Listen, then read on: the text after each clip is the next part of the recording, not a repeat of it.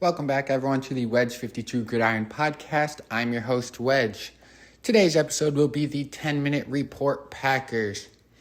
Before we jump in today, please make sure you follow me right here on Spotify, as well as check out the Instagram at Wedge52Gridiron.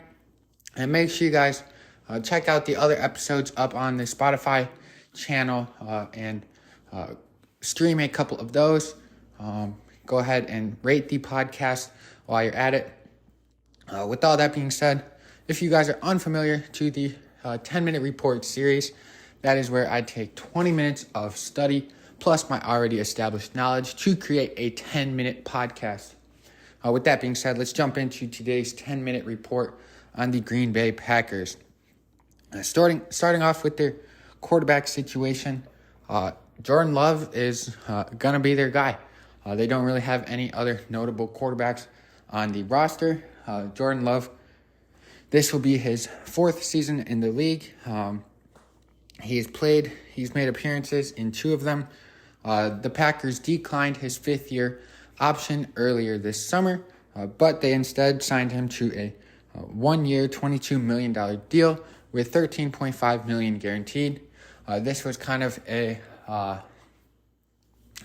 more of a win-win for the Packers. It gives them more options if Love doesn't have the season that they want him to. But at the same time, it allows Love to, get some guaranteed money and earn a little bit more after that, and kind of prove himself as he really hasn't done a whole lot in the league. But the Packers have made it clear that Love is who they would like to succeed Aaron Rodgers, who they obviously traded to the New York Jets this offseason. Jordan Love has 606 yards, 3 touchdowns, 3 interceptions on 60.2% completion percentage in his NFL appearances. And at Utah State, he had 8,600 passing yards, 60 touchdowns, 29 interceptions, and 61.2 yards. I forget if he played 3 or 4 years in college. I want to say it was 3, but so those are his numbers. Obviously not crazy numbers in college even. His numbers in the NFL, not a lot to show for his appearances at the moment. The Packers seem confident. I think that Jordan Love is going to need some help and some development for him to be able to turn into a franchise quarterback. But I do think that he will be decent to below average this season. He definitely is going to have some help in the backfield with Aaron Jones and A.J. Dillon, one of the best rushing duos in the league. Last year, Aaron Jones had 1,121 yards and 2 touchdowns for the Pack on a pretty good 5.3 yards per attempt. And then he also had 395 yards receiving to go along with 5 receiving touchdowns last season.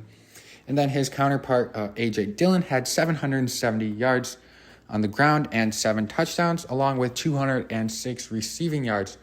So those two guys, definitely a 1-2 punch.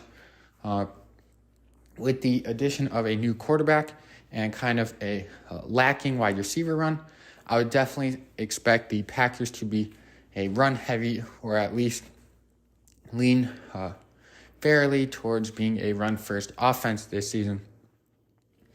I would say they have a top half offensive line, potentially breaking into the top 10. So those guys up front are definitely going to help that rushing attack, have helped that rushing attack the past few years, as well as at least provide Jordan Love with a sense of stability, in terms of not getting pressured and just knowing that the guys up front are going to be able to be protecting him and not adding more stress, more factors into everything that he's already going to have to be learning and gaining experience with in the 2023 season. That line is led by a very strong left side in Bakhtiari, Jenkins, and Myers at center. And then on the right side, they have Runyon Jr. and Tom starting at right tackle.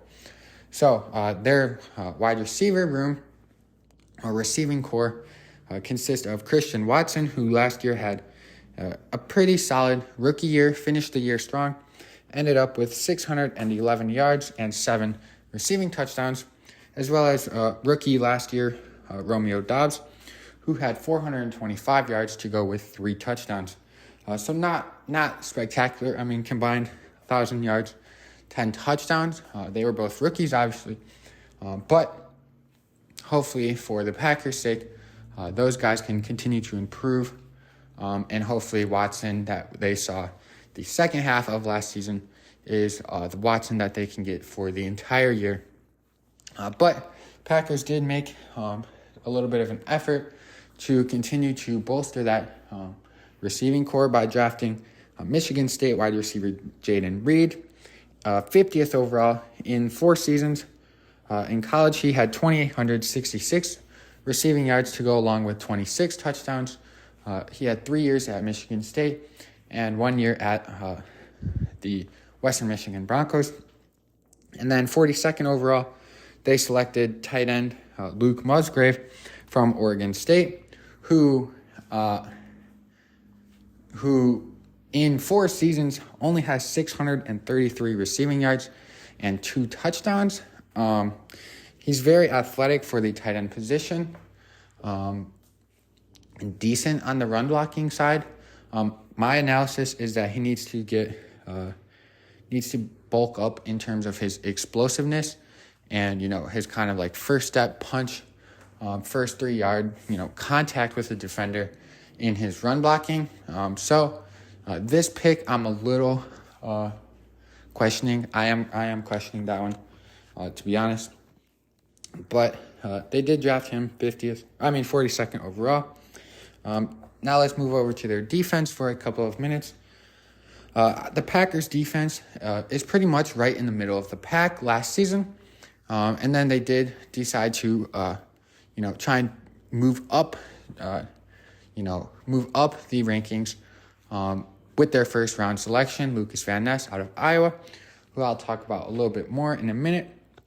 But last year, their defense was ranked 16th in points per game allowed, 16th in yards per game allowed, 7th in third down percentage of their opponent's offense, as well as 18th in touchdowns allowed per game with 2.8, I want to say. So, middle of the pack defense, definitely is going to need to really step it up even more this year to kind of help out their offense, who I think we'll see struggle to put points on the board at times, just having a new quarterback. I mean, obviously it's his 4th year in the league, but having a new starting quarterback doesn't have much experience, as well as a receiving core that is below average. So some of their defensive key players, Kenny Clark, interior defensive lineman, last year had 53 tackles, 4 sacks, 5 tackles for loss, and 1 forced fumble.